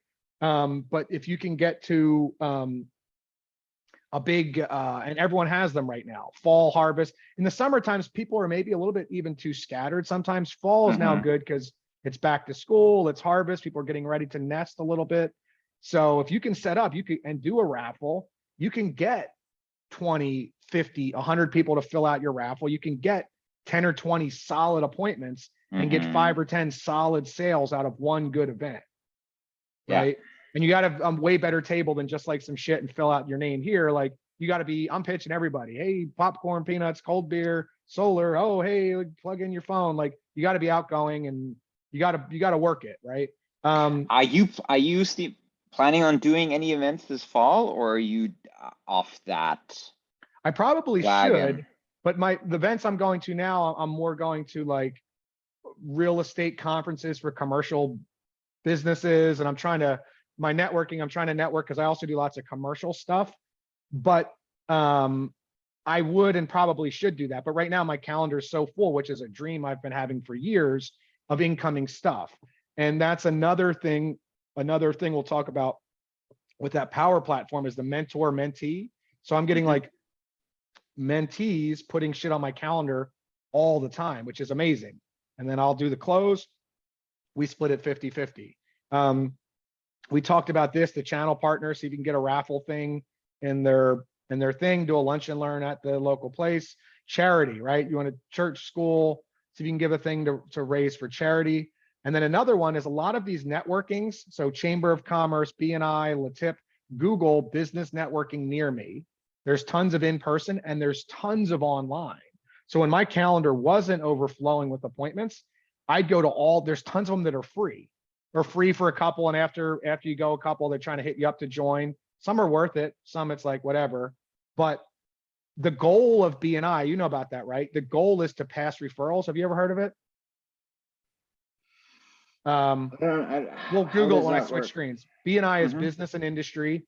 Mhm. That one is exclusive, one person for each industry. So for the residential space, realtors are really the bulk of it. So you have a realtor, a banker, a mortgage person, an insurance person, a painter, landscaper, solar guy, but solar doesn't really do this a lot. So once someone buys a house, they need a banker, and so the goal of Yeah. being in BNI is to pass referrals. And to be Yeah. in the group, you have to pass referrals. They're a little bit formal, and there's some good things about formality and discipline and structure, like martial arts and learning work. You get something out of discipline. And it's like $500 a month. There's a ton of them that are free. Every chamber of commerce, the goal of chamber of commerce is to put on events to do local Yeah. business. So when you have free time, you could be in, I was in 2 or 3 of these every day, virtually during the pandemic. Now my schedule's so busy, I just don't have the time, and I should make time to get back to some of them. But Google business networking near me, online business networking events, they're overflowing. There's Good Neighborhood Project. There's a bunch. There's so many of them. Master networks. A bunch of them might try to hit you up to pay money to join, but you can, from there, and everyone wants to hear your pitch. That's the beauty. Yeah. Everyone Yeah. has 2 minutes of like, hey, I'm Haj. I'm the local insurance salesman. A good referral for me is someone who just bought a house. Right this week, I'm working on this. And so Mhm. people will refer you, and then people of the group be like, hey, they want to learn what you do, and you'll probably sign up several from there. Yeah. So this is, let's see, brand stories. Now let's get to the actual nitty gritty of how to do it here. Let's see. What's this? Target influencer and connect. Okay. So real life influencers, we talked about that. Become their trusted advisor, offering genuine selfless service. Networking is about offering value with altruistic, not ulterior motives. Success comes as a byproduct. So that's the Mhm. motto of BNI, is givers gain. So there's a really great Yeah. book called The Go Giver. It's all about, if you can always just want to be helping people, it comes back tenfold. Let's see. So you want to be the Godfather, the mayor, an actual in You know in Joe real life. Polish, Who's Joe Polish? a coach. He wrote a Ah. book, Life Gives to the Giver. or Oh, something like nice. that. Nice. So you want to be a real life influencer, not an Instagram Mhm. D-bag. But you Yeah. can leverage that stuff really well, because a lot of these people have positioned themselves as influencers that aren't really. Brian But Garrigan Ross. yeah. Yes. And so my whole thing is always be canvassing, like Mhm. everywhere you go. That's why those kids from Utah do so well. They've just learned to just everywhere they're going, they're like spreading the good word. So become a Mhm. solar evangelist. Now we'll check out the platform, and then I got to get ready for this call real quick.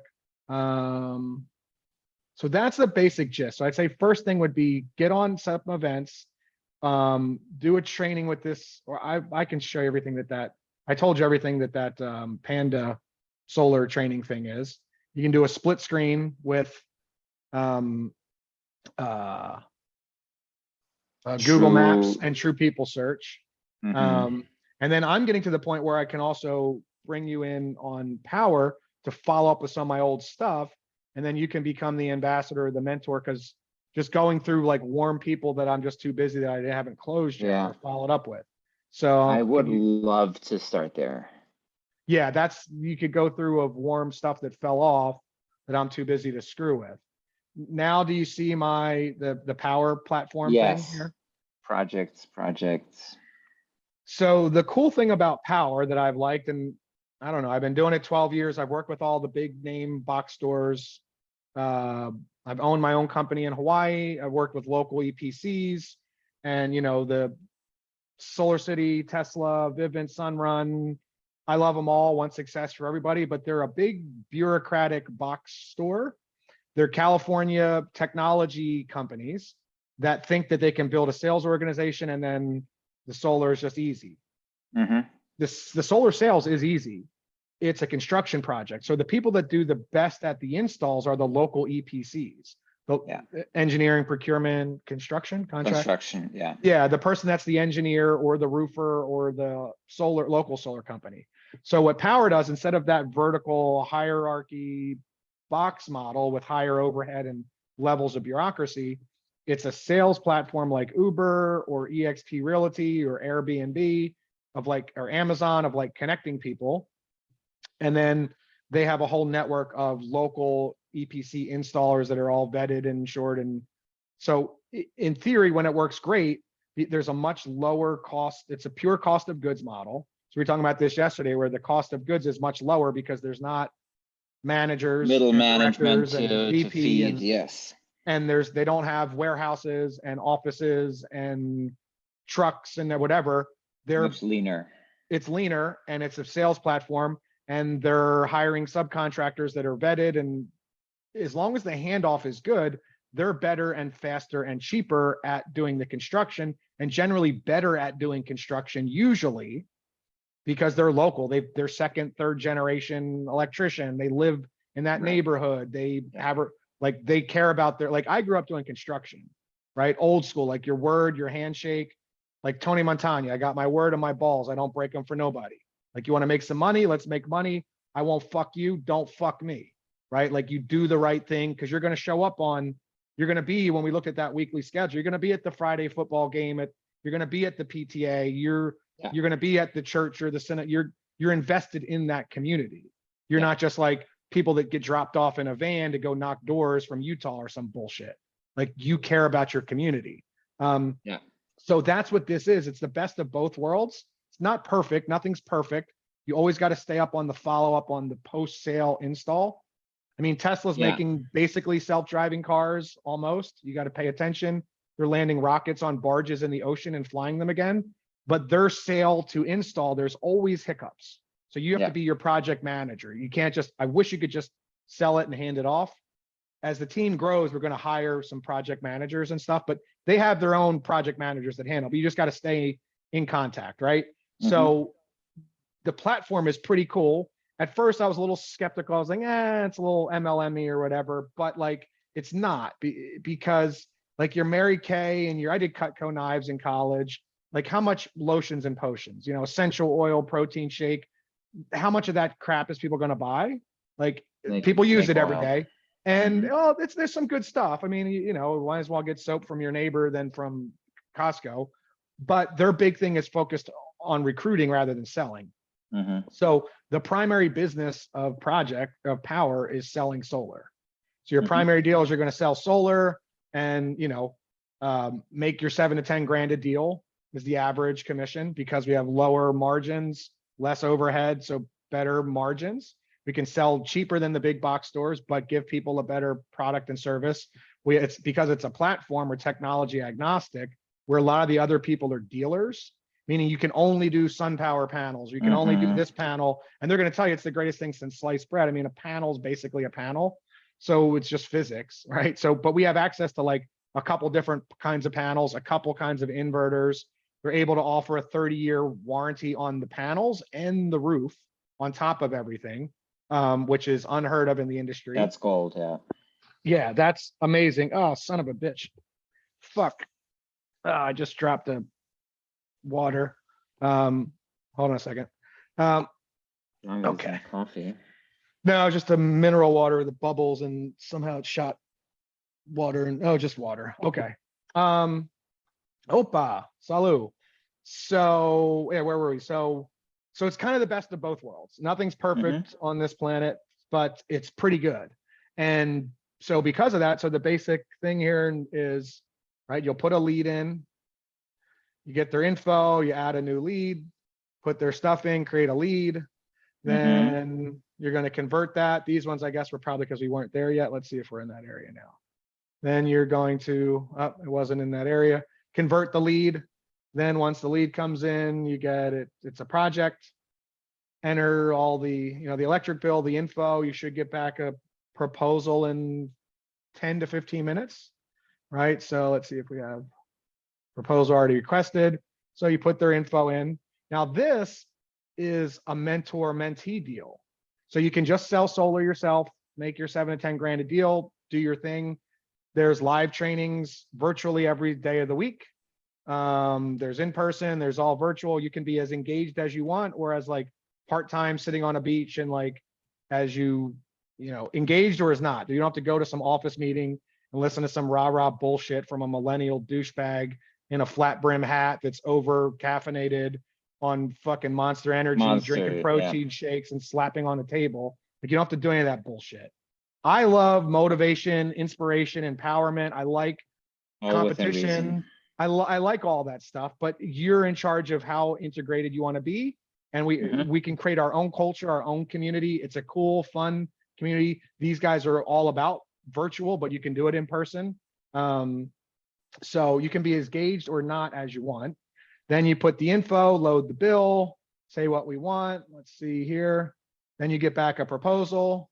We don't have So a proposal. the bill, so do you have to calculate the annual usage, or does that do that? How does that work? Yeah, you want to calculate it. So you're going to upload the Oh, bill. calculate it. annual consumption. I see it. Okay, cool. Yeah. Yeah, something's missing, doesn't have a bill here yet. Let's see if we got a proposal. Oh, there is blue proposal. So you get back a fully editable proposal. You could do asphalt, flat roof, metal roof, ground mounts, different adders for some of those, a couple different battery options, a couple different panel options, 4 or 5 different finance options. They have a PPA through Sonova. It's the same deal as Sunrun. So you're going to get back this editable thing. That's a nice big house. So you put the deal in yourself, you make the full commission. This was a mentee. So there's tons of people with all that lead gen we were talking about. Because I was first a little bit scared to take the leap. I was like, well, I'm getting some leads with these guys. There's people that are door knockers, online marketers, real estate agents, roofers, whatever, that aren't solar pros and don't want to be. They just want to set appointments. That have done lead gen in other industries. So they'll, on the rankings, like I was the top 10 last month or something. So there's people I've never met that call me up. They're like, oh, you're the New Jersey. I've got a New Jersey deal. I don't know about SREX. Can you close it? And I have a calendar link on my calendar to start to get systems. So shit pops up on my calendar that I didn't even know about. I'm like, oh, cool. I got 2 appointments tomorrow. We closed the deal. We split it 50-50. And then that's something I would be super interested in. Obviously, I would have to prove my way, and that is probably closing ratio, or how does that work? Or yeah, so you come in and we'll do your first deal. I'll help you close your first deal just to show you the platform. And then so you come in as a mentee, so we split it, but I'll hook you up if you're like need to get up and running. I'm not worried about the money. Then you get certified and you can do all your own deals, and the team's always still here to help you. And then you can also recruit people or not, right? Tell your friends like, oh, hey, I was, making $6,000 a deal. Now I'm making 8 to 10, and there's way less bullshit, and it's cooler, and there's better warranties. Check it out, or not. But when you check it out, you'll become a mentor. You'll help them close their first deal. So that's a lead gen source.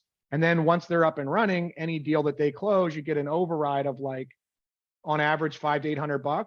It doesn't come out of their pie at all. Like, it's the same shit that comes out any of the sales 30%, organization had. Yeah. Any military, mafia, corporation, there's a hierarchy. Here, it's the same. Everyone gets the same cost of goods. It's not like, oh, well, you're this person, so your red line's $250, and this person it's $2. Like, the red line or the cost of goods models, depending on the state, usually $1.80 to $2.20 a watt. Some you need some adders here and there, but it's like, because it's the cost of the goods. It's the panels, the inverters. Then we're paying the local person for their labor. And then whatever margin we put on top goes to us. And so we can give people a better deal with better equipment, with a better warranty, with ideally, hopefully, a better local install experience for less while we make more. So what you're doing right now is adapting the automated design. Yep. So we come back all the roof panels, and sometimes you need to ask for a change or whatever. So this is more than they need. This is 126. So we want to get just mostly our south. So here's our north and south. So that's south. This one's probably south, but it looks like there's trees, and that roof looks wonky there. So we'll turn those off. That's south. This is north. So I guess I don't know if that's south or that looks like that's probably north. That's probably north. There's northeast. You have 2 more panels on the bottom. Also, Yes, those Sometimes two. it's surprisingly, I'm not very good with technology. Um, If you, so it 92, out. so in reality, it's probably gonna make a few more than that. So I would go with that. In Mhm. reality, it's probably gonna be like 95. So then you go on here and And is there a site survey, an audit or whatever that happens? oh, Or it's does actually that the 106%. installer do? So, yep, then once it's sold, you go in here, we're gonna pick all the adders, right? Is it a metal roof? We're gonna put on the 30-year warranty on here. We'll do a whole thing. I'll show you how all this stuff works, but Mhm. we're gonna do 30-year warranty. If it was a ground mount, we click on ground mount. Then we're gonna pick, yeah, make sure 30% tax credits checked. South Mhm. Carolina, we have a new customer incentive, which is pretty cool. Pay them their first year. Then equipment, we want to pick the Canadian Solar 390 watts. They're 68 cents a watt. The REC Alphas are 85 cents a watt. So I don't really Mhm. think that they're that much better right now. Different markets have Okay. different ones. There's like Right. the Q-Cell 400, they're made in Georgia. I like them. There's all different ones. Then you can use the Solar Edge, which is the central inverter, or Mhm. everyone really likes the Enphase IQ8 Plus micro. They're pretty cool. To me, it's all pretty much the same. The end phase is the one that can do generator mode? Is that the one where you Yep, don't lose power when the grid goes on? yep, that's sunlight only. That's an adder. I'm basically technology agnostic, but we have access to Yeah. 400-watt stuff, and so then we'll go through here on the adders, and let's see. So click on attic run. Depending on the market, maybe there's a travel adder. I put it in there. Rather have it. If we don't need it, it comes back to us. So asphalt shingles, we don't need that, but if there's a lot of California and whatever has tile, if we needed to do a ground mount, that adds $5 Mhm. grand for racking and material. And if you do the ground mount, you're going to add trenching. You can add battery storage, Oh, can what add is the EV energy chargers. backup end phase? Is that a battery or is that Yep. There's the thing Enphase about the or Solar inverter? Edge. Yep. So Enphase has sunlight only. That's a 7K Okay. add-on. It's kind of pricey, but theoretically it works when the sun's shining, when the grid goes down. Three, That's what I was just thinking about. And that is 7,500? yeah, it's a little bit expensive right now. I always anti-sell people on batteries. I tell them we're going to add it No, down the road. I'm talking about the end phase 8. Yeah. No, the That IQ8 has that Plus, mode. it has that Yeah, potential, but you have to add transfer switches and add some other shit. So okay. I Wow. anti-sell people on batteries. Like going solar is like Yeah, planting a money tree. Batteries are super awesome, but right now they're an expensive generator. If yeah, you have the money for it and you want it, great, but don't calculate that into your ROI. I push yeah. But people away I from was batteries. just weird. I know batteries, but Yeah. I find it weird that the end phase solar only is Well, 7,500. hopefully soon it's going to be super, super cheap and they're going to get Okay, and half the then we'll cost, change it. Okay. twice the out point. So I'm going to always I push people away from that. I got like a little Yeah. plastic trophy at Tesla for the highest battery attach rate in the East Coast or the company. I put it on literally 60 or 70% of every project because Tesla is a high-end, expensive people. It's a Right. luxury.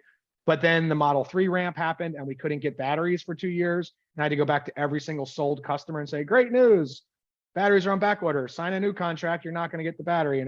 So I'm like Awesome. sort of Yeah, battle scarred of batteries, but I bet. they're a good add-on and people, it's the next big thing, right? It's the trifecta: solar, battery, EV. Yeah. Can put critter guard. There's all kind of stuff you need. So I always put the extended warranty. So the standard, every panel has 25 warranty, 10 on the roof. Yeah. But we add a 30-year panel, 30-year roof. It adds $700, but to me, I think it's worth it. If you need to do rebates, all this stuff we can go over. Now, here's where you can control your margin, right? So Mm-hmm. the cost of the goods, if we went down, you can go anywhere from 0.3, so 30 cents a watt. This is what most dealers are offering, is $300, $200 or $300 a watt, Mm-hmm. right? If you go to the local Trinities or the local whatever, they're offering $200 or $300 a watt. So on that, you'd make $3 grand a deal. If you wanted to do $800 a watt or 80 cents a watt, 80 cents a watt, 800 a kilowatt, you'd Yeah. make $8 grand on that deal. Yeah. If it supported it, that's a little bit greedy, whatever you want to make. Excessive. Yeah. Yeah, make sure that the deal supports it and that they're getting a good deal, and it's as long as it's lower than their monthly payment. So, and now out of this, the way the whole thing works is we get 70% of the margin, but we control the Right. margin. So Yeah. most the dealer model is the dealer, Trinity and those people, they get 70% and you get 30%. And there's a bunch of levels of like douchebags with mohawks driving like Lamborghinis, and they're not selling shit. They're like parasitically off of all the other people below them. Here, they flip it on the head and they say the salesperson that's making all of the value and generating the sale and the wealth gets 70% of it. 30% goes to operating expenses, just to the house, like the mafia or whatever, the kick up. But of that 30%, and this is where you're like, oh, it sounds a little MLM-y, and I was said the same thing until I started getting passive overrides off of people that I helped to get a better job with the more flexibility, making more money, and it's not coming out of their pie. So out of that 30% for the house, half goes to the house, the other half goes to like us that trained and recruited and bring people in. Right. So when you sell a deal, you're gonna, if this was this deal, to make round math, if it was 10 grand, you're gonna make, you're gonna make 7 grand out of that. Yeah. I'm gonna make $500, but it's not coming out of your pie, it's coming out of the 3 grand pie. Right. So it's a pretty and good where model. do you calculate the end price for the customer and like the loan? So then we go down to financing. So here we have our design, and we'll have to do a more in-depth thing on this one. Mhm. Oh, it's actually over 100%. We don't need that much. But whatever. So here there's all different kinds of things. So the cash price for this would be 32 grand. Mhm. The cost of it, and sorry, I'm sort of going quick. I got to get ready for this. So this would be at Yeah. 321 a watt, right? So here, this is everything transparent, right? So Yeah. the base price just for overhead, 60 cents a watt. The panels were 68. At one point, we were down to 40 and 50 cents. We'll probably get there after things settle down again. The inverters were 40 cents. If you want to use Solar Edge, they're 34 cents. So everything's transparent. And then Yeah. we put on a margin for ourselves. Now, when it comes to financing, it's a little different than the in-house model. Like Sunrun was $3 cash, $360 financing, right? This is with this financing, and that'd be a whole other training. They have what's called dealer fees. So we have Sonova, Goodleap, Mosaic, Sunlight, anywhere from 5-year 1.4% to 30-year 6%. Mhm. And there's a whole training on basically the longer the term and the lower the interest rate, the more dealer fee up front, right? So on a 25-year 1.9 or 1.4, they're not making a ton of interest. So Yeah. you see they tacked on like 25% dealer fee. So instead of 32, they're getting their 10 or 15 grand. They're getting 15 grand right up front to give that loan. It's a little bit excessive, but it is what it is. Like money's not free.